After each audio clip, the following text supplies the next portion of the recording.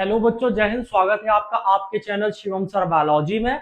Last time हम लोगों ने डिस्कस किया था जो लाइफ प्रोसेस वाला पार्ट है। लाइफ प्रोसेस में हम लोगों ने 40 क्वेश्चन सॉल्व किए थे, जो आपका ह्यूमन में न्यूट्रिशन वाला पार्ट है, इसके साथ साथ प्लांट में न्यूट्रिशन, इसके साथ में जो आपका इंट्रोडक्शन वाला पार्ट था, उससे हमने करीब 40 एमसीक्यू क्वेश्चन लगाए थे और पूरा एनसीईआरटी बेस्ड था।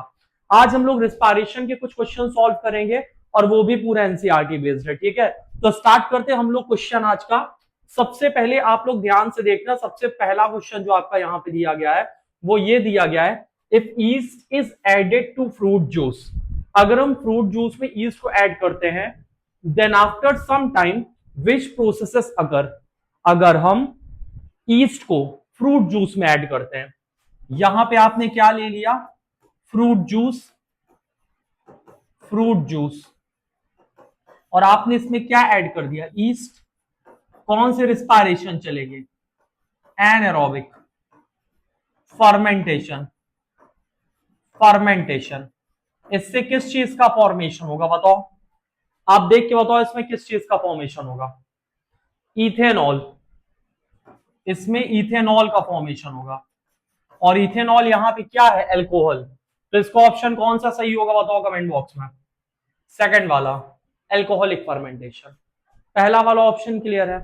अब दूसरे की तरफ हम लोग चलते हैं और दूसरा वाला देखते हैं। दूसरा क्वेश्चन यहां पे क्या है, ध्यान से देखो। सेकंड वाला क्वेश्चन, सेकंड वाला क्वेश्चन यहां क्या कह रहा है। सेकंड वाला क्वेश्चन है, ग्लाइकोलिसिस अकर इन।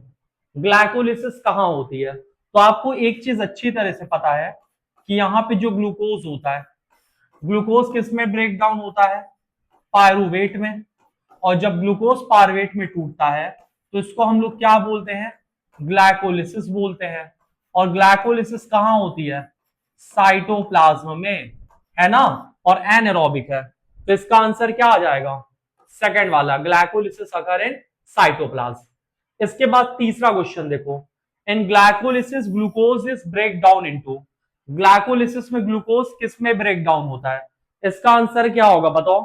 इथेनॉल होगा नहीं, ना ही लैक्टिक एसिड होगा, तो आंसर क्या आ जाएगा, पायरुवेट। तो ग्लाइकोलिसिस में ग्लूकोज किस में ब्रेक डाउन होता है, पायरुवेट में ब्रेक डाउन होता है। इसके बाद अगर हम नेक्स्ट क्वेश्चन में चले, तो नेक्स्ट क्वेश्चन है आपका फोर्थ और फिफ्थ क्वेश्चन। तो देखो ध्यान से, फोर्थ क्वेश्चन में हम लोग चलते हैं। इसमें क्या बोल रहा है, which of the following is aerobic respiration. इसमें से कौन सा एरोबिक रिस्पायरेशन है, बताओ जरा, फोर्थ वाला क्वेश्चन कमेंट बॉक्स में। इसमें से कौन सा एरोबिक रिस्पायरेशन है, देखते कितने बच्चों को आता है। देखो, लैक्टिक एसिड फर्मेंटेशन एनारोबिक है, अल्कोहलिक फर्मेंटेशन एनारोबिक है, ग्लाइकोलिसिस भी एनारोबिक है। आंसर क्या आ जाएगा, नन ऑफ दीज। क्योंकि एरोबिक रिस्पायरेशन में क्या होता है, कार्बन डाइऑक्साइड, वाटर और एनर्जी फॉर्म होती है, और क्रैब्स साइकिल उसमें चलता है। जबकि ग्लाइकोलिसिस एनारोबिक कंडीशन में होता है। अल्कोहलिक फर्मेंटेशन जो ईस्ट के थ्रू होता है वो भी एनारोबिक रिस्पायरेशन होता है। और जो लैक्टिक एसिड फर्मेंटेशन होता है जो मसल्स में होती है, वो भी कैसी होती है, एनारोबिक होती है। अगले क्वेश्चन पे आओ, पायरुवेट, इसका आंसर बताओ, कौन बताएगा, पायरुवेट क्या होता है। सॉल्व करो जल्दी से इसको। कितने कार्बन मॉलिक्यूल है, 3 कार्बन मॉलिक्यूल। अगर हम पायरुवेट का फॉर्मूला देखते हो तो क्या होता है, CH3, C double bond O, COOH। ये कौन सा ग्रुप है, कीटोन ग्रुप। ये कौन सा ग्रुप है, कार्बोक्सिलिक, कार्बोक्सिलिक ग्रुप। ठीक है, तो यहां पे ये 3 कार्बन मॉलिक्यूल होता है पायरुवेट। इसके बाद अगले क्वेश्चन की तरफ हम लोग बढ़ते हैं और अगला क्वेश्चन लगाते हैं, है ना। आपके क्वेश्चन यहां पे कितने सही हो रहे हैं एक बार कमेंट बॉक्स में जरूर बताना, पूरे क्वेश्चन करने के बाद। अगला है, complete oxidation of one molecule of glucose form. जब भी एक मॉलिक्यूल ऑफ ग्लूकोज का कंप्लीट ऑक्सीडेशन होता है तो उस टाइम पे कितने एटीपी बनते हैं, है ना। कितने एटीपी बनते हैं बताओ, कंप्लीट ऑक्सीडेशन। कंप्लीट ऑक्सीडेशन का मतलब यहां किसकी बात की जा रही है, क्रैब्स साइकिल की बात की जा रही है। बताओ कितने ग्लूकोज बनेंगे, वो कितने एटीपी बनेंगे। आंसर क्या आएगा, 38 एटीपी। क्योंकि कंप्लीट ऑक्सीडेशन ऑफ ग्लूकोज कब होता है, एरोबिक रिस्पायरेशन, एरोबिक रिस्पायरेशन। यानी यहां ग्लाइकोलिसिस भी आ जाएगी और ग्लाइकोलिसिस के साथ साथ क्या आ जाएगा, क्रैब्स साइकिल आ जाएगा। ये बात समझ में आ रही है। नेक्स्ट क्वेश्चन की तरफ हम लोग चलते हैं और 6 के बाद अब हम लोग 7 क्वेश्चन लगाते हैं। बहुत जल्द आपका हम 11 के भी क्वेश्चन आपको सॉल्व करवाएंगे। ध्यान से देखो अगला, which of the following is 3 carbon molecule, इसमें से कौन सा 3 कार्बन मॉलिक्यूल है, बताओ जल्दी से। 3 कार्बन मॉलिक्यूल इसमें क्या है, क्या ग्लूकोज और इथेनॉल 3 कार्बन मॉलिक्यूल है? चेक करो, ग्लूकोज क्या होता है C6H12O6, इथेनॉल क्या होता है C2H5OH। इसके बाद इथेनॉल का फॉर्मूला तुमको पता ही है, लैक्टिक एसिड क्या होता है CH3CHOH COOH। तो लैक्टिक एसिड कितने कार्बन मॉलिक्यूल है, 3 कार्बन मॉलिक्यूल, लेकिन इथेनॉल कितने हैं, 2 कार्बन। यहां पे आंसर क्या होगा, लैक्टिक एसिड एंड पायरुवेट। अगर लैक्टिक एसिड का हम फॉर्मूला लिखते तो अभी आपने पढ़ा है लैक्टिक एसिड का फॉर्मूला क्या होता है CH3C+COOH। जबकि अगर हम उसकी बात करें, ये पायरुवेट का फॉर्मूला हो गया, लैक्टिक एसिड का फॉर्मूला क्या होता है CH3CH ऊपर क्या आ जाएगा OH अल्कोहल ग्रुप और साथ साथ में COH।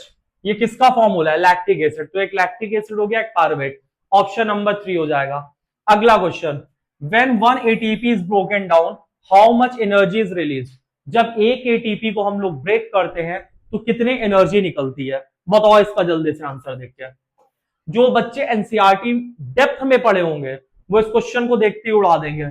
आंसर क्या आएगा 30.5 किलो जूल पर मोल। इतनी एनर्जी निकलती है जब एक एटीपी यहां पे ब्रेक होती है। इसके बाद नेक्स्ट क्वेश्चन की तरफ हम लोग चलते हैं और अगले क्वेश्चन में आते हैं। अगला क्वेश्चन क्या है, in process of anaerobic respiration, in anaerobic respiration which of the following is not a byproduct। anaerobic respiration में कौन सा बाय प्रोडक्ट नहीं होता, बताओ जल्दी से। anaerobic respiration में कौन सा बाय प्रोडक्ट नहीं होता, टिक कर लियो इसका आंसर। देखो ध्यान से, anaerobic respiration में सबसे पहले लैक्टिक एसिड फर्मेंटेशन होता है, उसमें क्या बनता है लैक्टिक एसिड प्लस एनर्जी।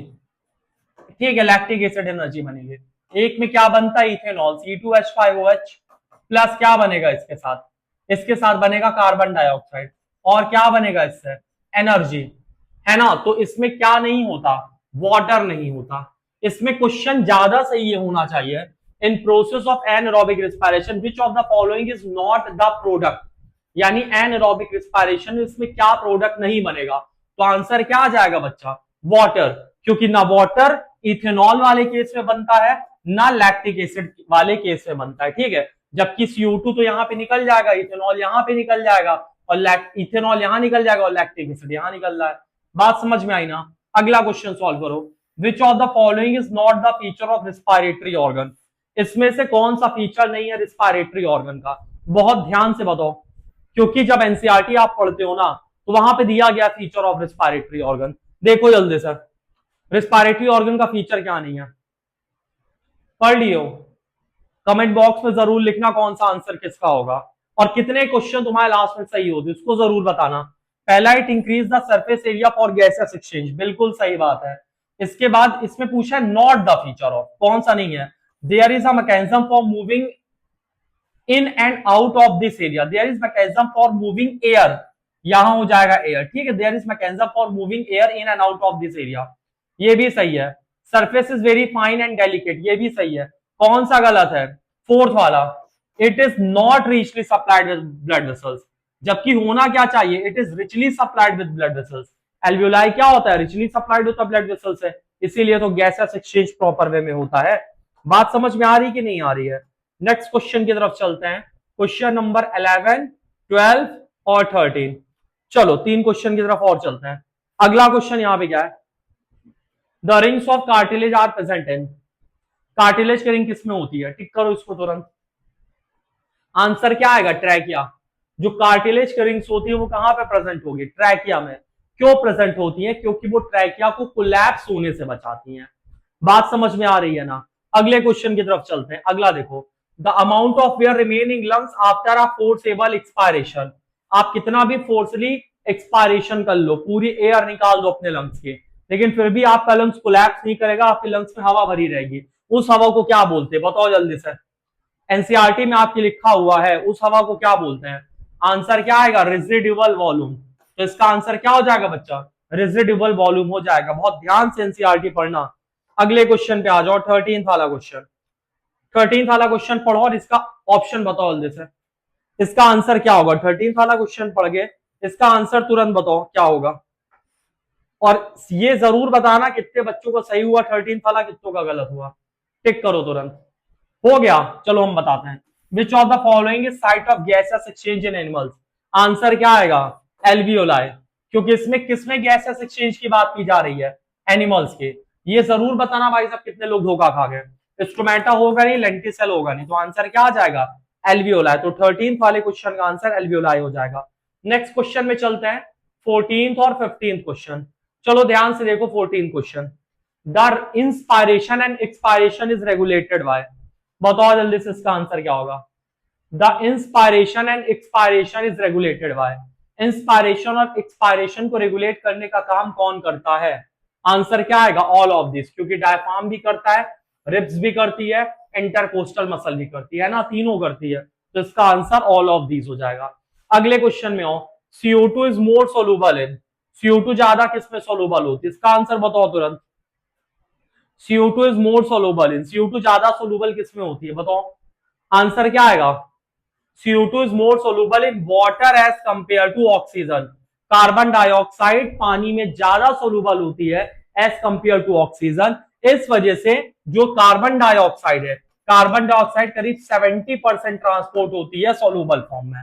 बात समझ में आ रही है ना? अगले क्वेश्चन में हो, रिस्पायरेशन इज। रिस्पायरेशन कैसी रिएक्शन है बताओ। एक्सोथर्मिक, इंडोथर्मिक, रिडॉक्स रिएक्शन की 1 and 3। आंसर इसका क्या आएगा? 1 and 3। ठीक है, रिस्पायरेशन एक्सोथर्मिक रिएक्शन भी है, साथ साथ में रिडॉक्स रिएक्शन भी है, क्योंकि इसमें ऑक्सीडेशन और रिडक्शन दोनों होता है। अगले क्वेश्चन में आ जाओ। अगला क्वेश्चन देखो, ब्रीथिंग इज। ब्रीथिंग क्या है बताओ जल्दी से। अगला क्वेश्चन बताओ, ब्रीथिंग क्या है? इसका आंसर क्या आएगा? Breathing is 1 inspiration and expiration. सही बात है। फिजिकल प्रोसेस सही बात है। ह्यूमन ब्रीथ 12 to 16 टाइम पर मिनट। सही बात है। आंसर क्या हो जाएगा? All of this. देखो ब्रीथिंग फिजिकल प्रोसेस है, रेस्पिरेशन केमिकल प्रोसेस है, तो इसमें आंसर क्या आएगा? All of this. अगले क्वेश्चन में आओ, द रिस्पायरेटरी पिगमेंट इज। इसमें से रिस्पायरेटरी पिगमेंट कौन सा है बताओ जल्दी। आंसर क्या आ जाएगा? हीमोग्लोबिन। हीमोग्लोबिन रिस्पायरेटरी पिगमेंट है, क्योंकि एक हीमोग्लोबिन कितने ऑक्सीजन के साथ बाइंड करता है? 4 ऑक्सीजन के साथ बाइंड करता है। लास्ट क्वेश्चन आज का, इन फिश गैसेस एक्सचेंज अगर थ्रू। फिश में गैसेस एक्सचेंज कहां से होता है बताओ जल्दी से। सिंपल सा क्वेश्चन है, बचपन से पढ़ रहे हो। आंसर क्या आएगा? गिल्स। तो फिश में जो गैसेस एक्सचेंज होता है ना बच्चा, वो कहां से होता है? फिश में गैसेस एक्सचेंज गिल्स से होता है। कमेंट बॉक्स में ये कमेंट करके बताओ कितने क्वेश्चन आपके सही हुए हैं। जिनके 20 सही हो गए भाई साहब, आपको बहुत बहुत मुबारक। क्लियर है ना? तो आज की क्लास हम लोग इतनी ही करते हैं। कल हम लोग मिलेंगे अगले चैप्टर में, मतलब अगले टॉपिक में हम लोग उसका क्वेश्चन सॉल्व करेंगे। Transportation system in human as well as transportation system in plants, क्योंकि वो वाला पार्ट थोड़ा सा बड़ा है, तो उसको हम लोग कल सॉल्व करेंगे। और अगर होगा तो कल की क्लास में हम लोग एक्सप्रेशन भी कर लेंगे। आज की क्लास इतनी करते हैं, मिलके नेक्स्ट क्लास में। तब तक के लिए जय हिंद।